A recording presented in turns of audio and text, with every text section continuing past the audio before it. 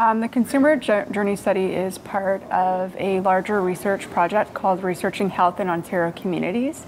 And this was developed by a multidisciplinary team of researchers from CAMH to learn about prevention and treatment of mental health addictions and violence.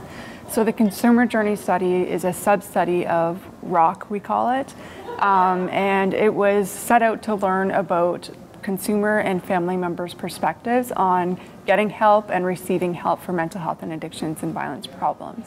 When we were looking at previous research, often we look at kind of higher level issues when we're designing services, and we felt that it was very important to hear from the people who are most impacted by services.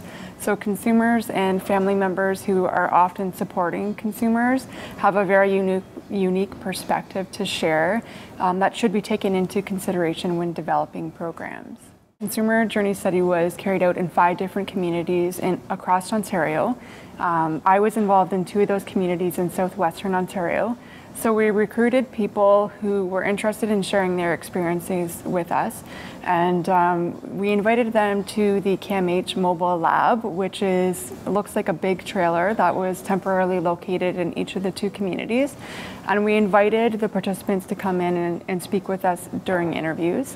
They last 30 to 90 minutes, depending on the person and how much they like to talk.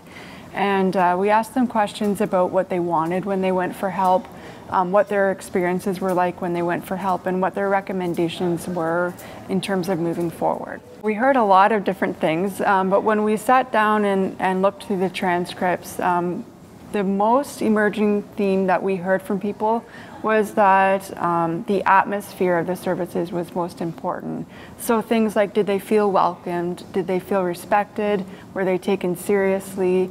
Were what they believed and wanted taken into account in the treatment planning process? The way that our services are set up are often for efficiency and maybe not for the comfort of clients coming in. So I think that's something that every organization can take a look and evaluate how they're doing in that regard and make changes. It's intimidating to walk into services, and mental health addictions and violence are all highly stigmatized. It can be very intimidating to reach out for help, and so I think it made sense. But I think that we were surprised the extent to which we heard about it.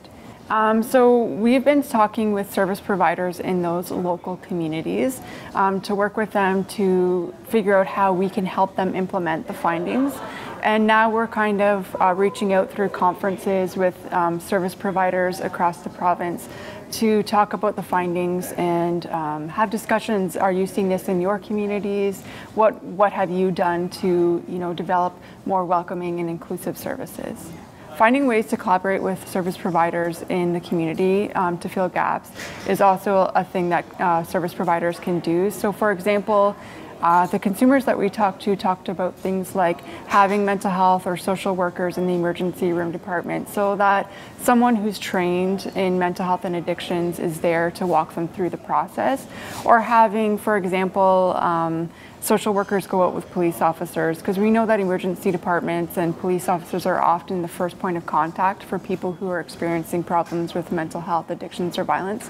So having co-trainings, having ride-alongs or opportunities for people from various sectors to collaborate and work together, and to make sure that the first contact of a consumer may have with people is respectful and knowledgeable is important, so that they continue to reach out for help and aren't turned off and decide that they don't want to reach out for help again. I think that the little things they can do is just take the time out of their day. I know that people get busy, but taking the time to ask the consumer in front of them, how are you doing? How are things going? Are there other problems that are impacting you? Because we heard a lot from consumers that they're encouraged to talk about mental health with this person, addictions with this person.